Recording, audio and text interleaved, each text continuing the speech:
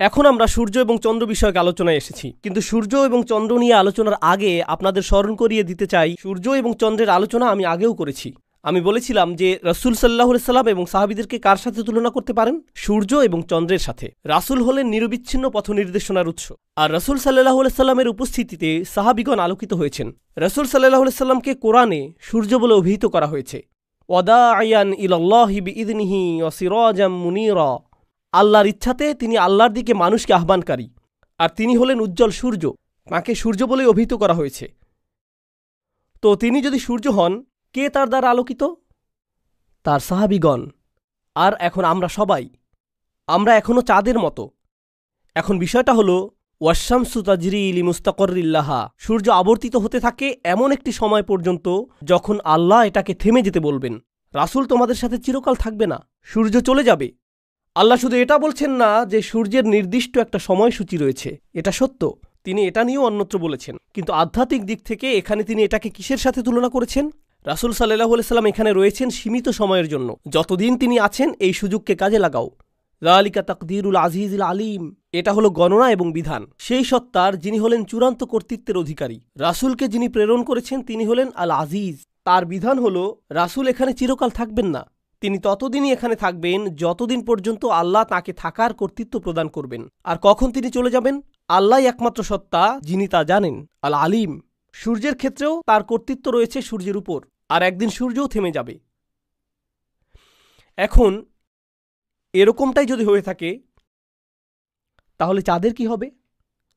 তিনি বলছেন চাঁদের ক্ষেত্রে ওয়াল কমারা কদ্দারনাহু মানাজিল, আমরা এটা নির্ধারিত করে রেখেছি যে এটাকে বিভিন্ন পর্যায়ের মধ্য দিয়ে যেতে হবে।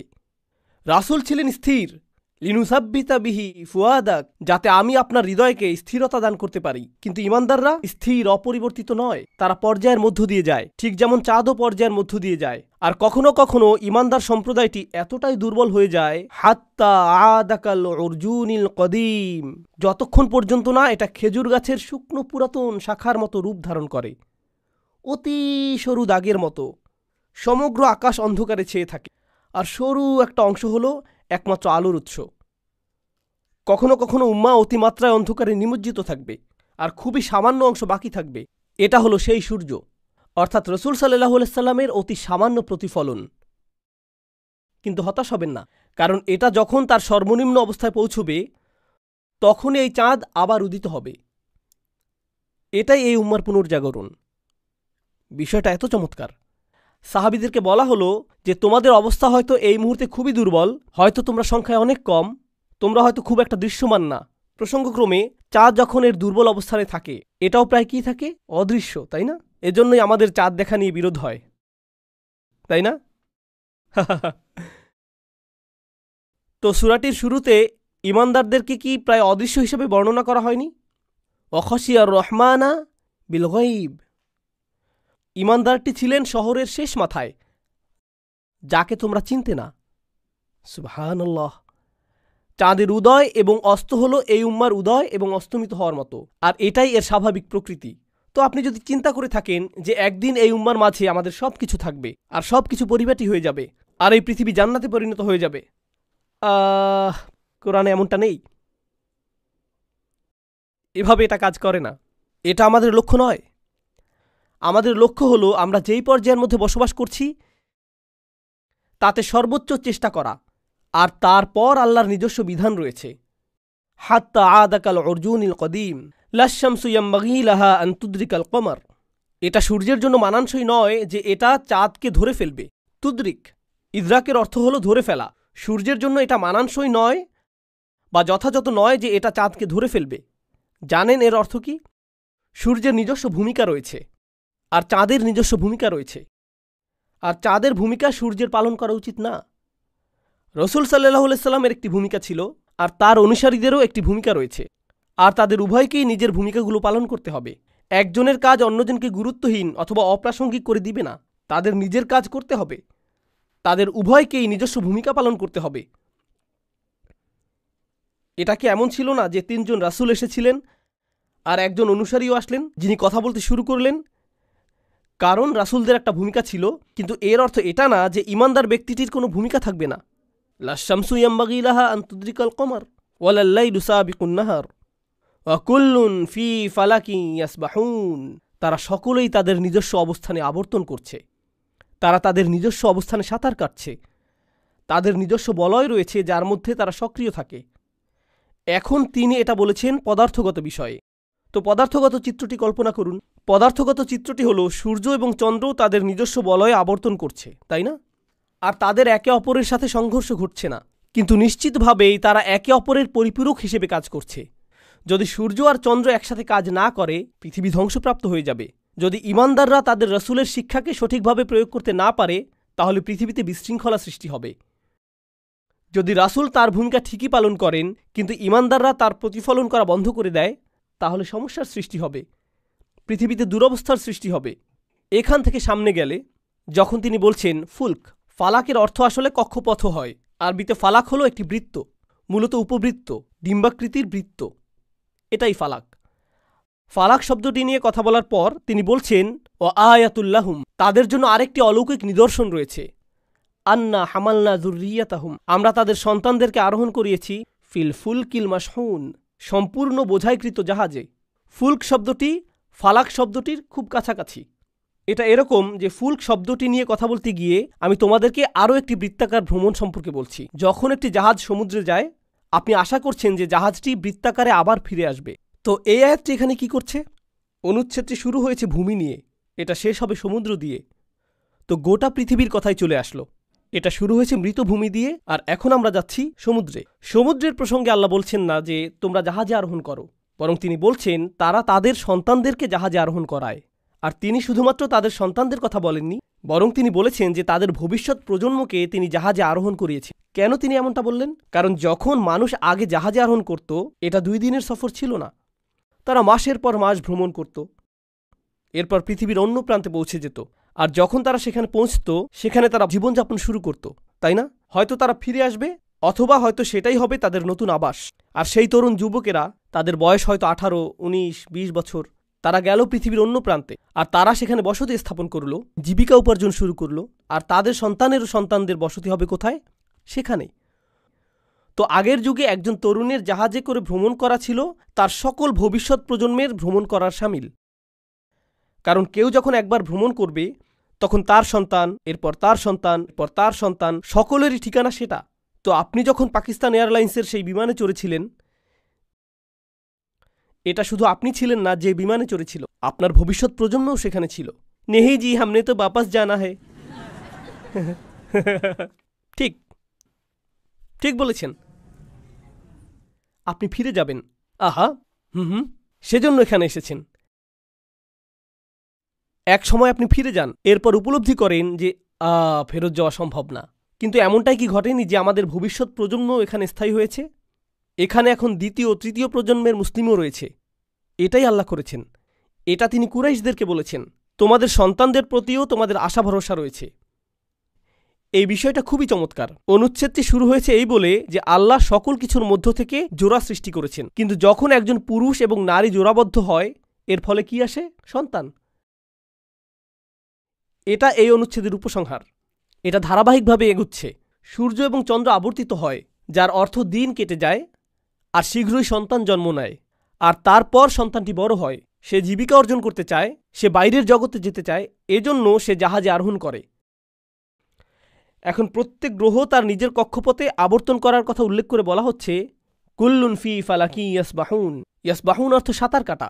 সাঁতার কাটার কথা যেহেতু এসেছে, আসুন সমুদ্রের কথা বলি। তিনি শুধু স্থানান্তর ঘটিয়েছেন, একটি চিত্রকল্প থেকে অন্যটিতে স্থানান্তর ঘটিয়েছেন। আপনি যদি এটা কল্পনা করতে না পারেন যে পৃথিবী কিভাবে মহাকাশে ভেসে বেড়াচ্ছে, কিভাবে চাঁদ ভেসে বেড়াচ্ছে, কিভাবে সূর্য ভেসে বেড়াচ্ছে, নিকটবর্তী যে জিনিসটি আপনি কল্পনা করতে পারেন তা হল জাহাজ ভেসে বেড়াচ্ছে অসীম সমুদ্রে। এটা আপনার জন্য একটি নিদর্শন যে কি ঘটে চলছে উপরে, কতটা নাজুক আপনি, কতটা গুরুত্বহীন আপনি, কত সহজে আপনি নিমজ্জিত হতে পারেন।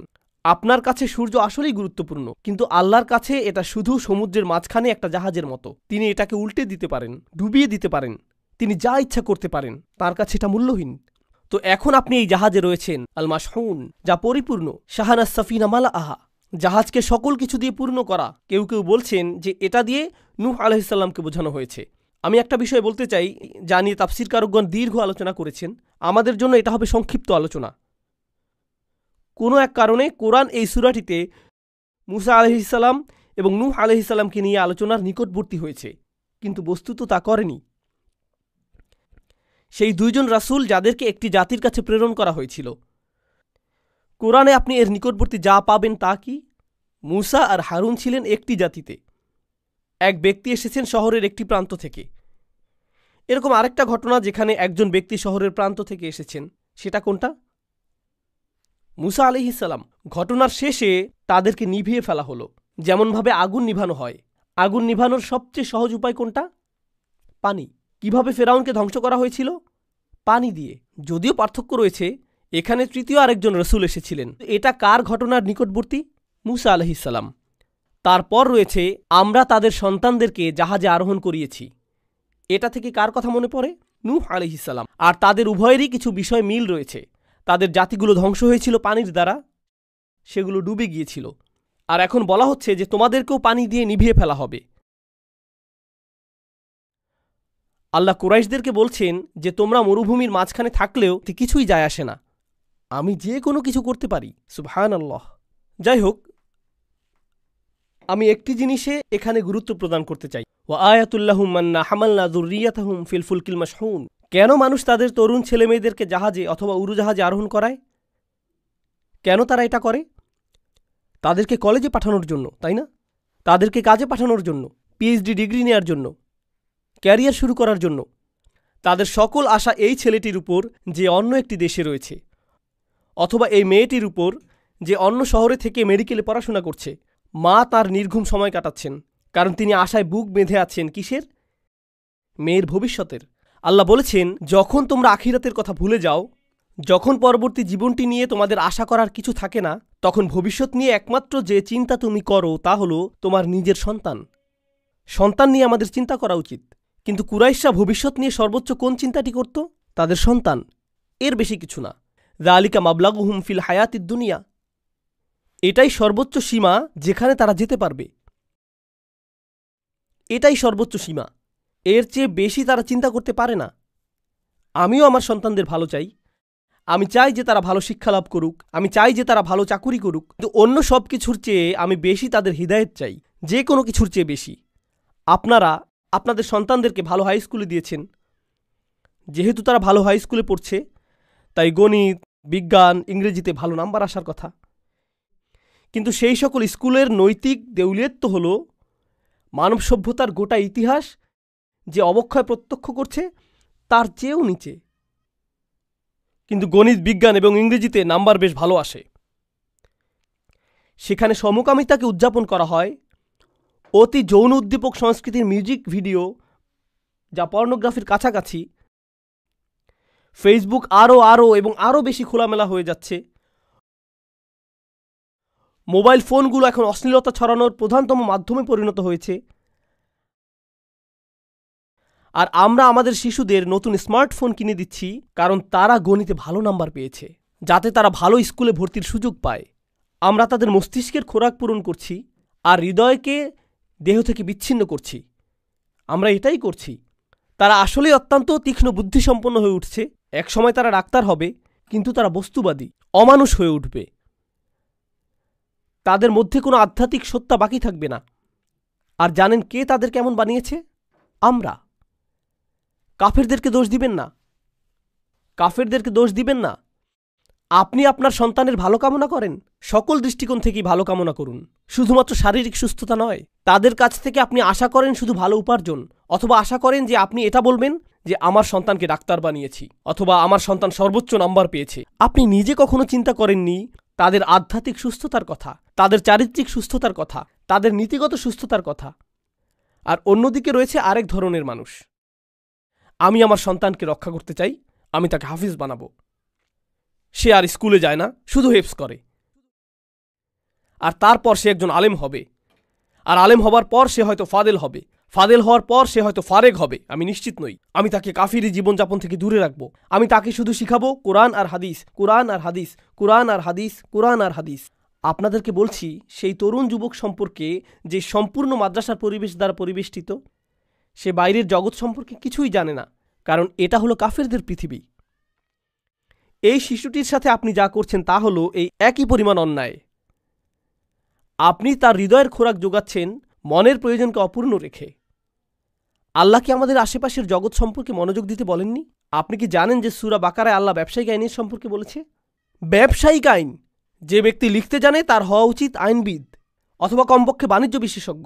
আল্লাহ বলেছেন আইয়াক্তুবা কামা আল্লাহ, তার লেখা উচিত যেমনটি আল্লাহ তাকে শিক্ষা দিয়েছেন। সেই ব্যক্তি যে জানে যে কিভাবে ব্যবসায়িক চুক্তি লিপিবদ্ধ করতে হয়, আল্লাহ বলেছেন যে এই শিক্ষাটি আমি তাকে দিয়েছি। কোরআন বলছে আল্লামাল কুরআন, তিনি কোরআন শিক্ষা দিয়েছেন। আর একই কোরআন বলছে যে ব্যবসায়িক আইন শিক্ষা দিয়েছেন আল্লাহ। সে হতে পারে অমুসলিম, সে একজন লেখক যে জানে কিভাবে যথাযথভাবে চুক্তি লিপিবদ্ধ করতে হয়, আর আল্লাহ বলছেন আমি তাকে শিক্ষা দিয়েছি। কোরআন পার্থক্য করে না ধর্মীয় শিক্ষা এবং পার্থিব শিক্ষার মধ্যে, যাকে বলা হয় সেকুলার শিক্ষা, কারণ এই সবগুলোই আল্লাহর আয়াতের অন্তর্ভুক্ত। আপনি যখন আল্লাহর আয়াতকে বিচ্ছিন্ন করে ফেলেন, আমরা শুধু ওহির আয়াতগুলো পড়ব, কিন্তু আমাদের চারপাশের জগতের আয়াতগুলো না, ইতিহাসের আয়াতগুলোও না। সত্যে উপনীত হওয়ার 3টি পথ রয়েছে, সামনের, পেছনের এবং উপরের। আর এখন আপনি বলছেন আমি শুধু উপরের জ্ঞান নিব, আমি সামনেও দেখতে চাই না, পেছনেও দেখতে চাই না। এরকম যদি করেন তাহলে আপনি সত্যের পরিপূর্ণ চিত্রটি পাবেন না। আমাদেরকে মানব শিক্ষায় ভারসাম্য খুঁজে পেতে হবে। এই দুর্দশা আমরা তৈরি করেছি আমাদের সন্তানদের জন্য। আমরা সন্তানদের কাছে আশা করছি যদিও এই শিশুটি মাদ্রাসায় যায় আর আলিম হয়ে বের হয়, আমি অবশ্যই তার জন্য আনন্দিত, কিন্তু যখন সে একদিন কলেজে যাবে অথবা একজন কলেজ ছাত্রের সাথে যদি তার সাক্ষাৎ হয়, আর তখন যদি রিচার্ড ডকিন্স সম্পর্কে কথোপকথন হয়, যদি বিবর্তনবাদ সম্পর্কে কথোপকথন হয়, তখন সে কি করবে? আমরা এমনকি তাকে ইসলামের বিরুদ্ধে উত্থাপিত বুদ্ধিবৃত্তিক আপত্তিগুলোর জন্যও প্রস্তুত করিনি। এটা আমাদের দায়িত্ব। আর ইনশাআল্লাহ শেষের দিকে যদি সময় থাকে আমি এই ব্যাপারে আরও আলোকপাত করব এবং আমার চিন্তাগুলো আপনাদেরকে জানাবো। কিন্তু যাই হোক, ওয়াখলাকনা লাহুম, আমরা শুধু তাদের জন্য এই জাহাজগুলোই সৃষ্টি করিনি, আমরা তাদের জন্য সৃষ্টি করেছি মিম মিসলিহি, এর মতোই, মা ইয়ারকাবুন, তারা নিজেরা যাতে আরোহণ করে। আরবরা উটে আরোহণ করে, আর উটকে বলা হয় মরুভূমির জাহাজ। তো বলা হচ্ছে যে তারা তাদের সন্তানদেরকে জাহাজে তুলে দেয় আর নিজেরা মরুভূমির জাহাজে আরোহণ করে। কিন্তু আয়াতটি এটাও বলছে যে ঠিক এটার মতোই আমরা তাদের জন্য সৃষ্টি করেছি যাতে তারা আরোহণ করবে। আল্লাহ বলেছেন এখন পর্যন্ত আমি তোমাদের জন্য জাহাজ সৃষ্টি করেছি, কিন্তু অন্য আরও জিনিসও তোমাদের জন্য আমি সৃষ্টি করব। ট্রেন, উড়োজাহাজ, স্যাটেলাইট, বিশাল আকৃতির বেলুন, আরও কত কি। এই সব কিছুই আল্লাহ বলেছেন যে তিনি সৃষ্টি করেছেন, কিন্তু আমি ভেবেছিলাম যে ইঞ্জিনিয়াররা এগুলো সৃষ্টি করেছে। রাইট ভ্রাতৃদ্বয়ের ব্যাপারে কি বলবেন? তারা তো রং ছিলেন না। কিভাবে আমরা এটা বুঝতে পারব? আল্লাহ বলছেন মানবজাতির সকল সৃষ্টিশীলতার কৃতিত্ব আসলে তারই, যিনি আপনাকে সেই সৃষ্টিশীলতা উপহার হিসেবে দান করেছেন। যেই ধারণা আপনার মনে এসেছে তা আসলে আল্লাহ আপনার মনে দিয়ে দিয়েছেন। অ্যাপ ডেভেলপার, জৈব রাসায়নিক গবেষকরা যারা ঘুমের মধ্যে বলে ওঠে ও ওইখানে আমাকে আরেকটা ও বসাতে হবে, এটা এসেছে আল্লাহর পক্ষ থেকে। সেই নিউরন কোষগুলোকে সঞ্জীবিত করেছেন আল্লাহ। এরকমই ঘটে থাকে। আমি এমন ডকুমেন্টারি দেখেছি যেখানে বিশাল সব জিনিসের উদ্ভাবকরা বলেছেন যে আমি জিনিসটা স্বপ্নে দেখেছিলাম। আমি এই পর্যবেক্ষণটি করে চলছিলাম, বারবার ব্যর্থ হয়েছি, আর তারপর একটা স্বপ্নে এটা পেলাম। এটা আসলে কে সৃষ্টি করেছেন? আল্লাহ। আপনি কি জানেন যে আমাদের বিশ্বাস অনুযায়ী প্রথম যে জাহাজটি তৈরি করা হয় তা ছিল নূহ আলাইহিস সালামের জাহাজ? আর আল্লাহ বলছেন ওয়াসনাইল ফুলকা বিআয়ুনিনা, আমার সরাসরি তত্ত্বাবধানে জাহাজটি প্রস্তুত করো। আল্লাহ হলেন এই প্রজেক্টের প্রজেক্ট ম্যানেজার। ওয়াহামালনাহু আলা যাতিল ওয়াহি ওয়া দুসুর, আমি নূহকে বহন করলাম কাঠ আর পেরেক দিয়ে নির্মিত বাহনে। আল্লাহ এমনকি কোরআনে নির্মাণ উপকরণ নিয়েও বলেছেন। তিনি এগুলোকেও গুরুত্ব দিয়েছেন।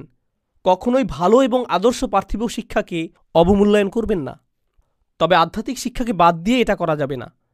রাসূল সাল্লাল্লাহু আলাইহি সাল্লামের জীবনী থেকে শিক্ষা, কোরআনের শিক্ষা, এই দ্বীনের শিক্ষা, এর শরীয়ত এবং আহকামের শিক্ষাকে বাদ দিয়ে এটা করা যাবে না।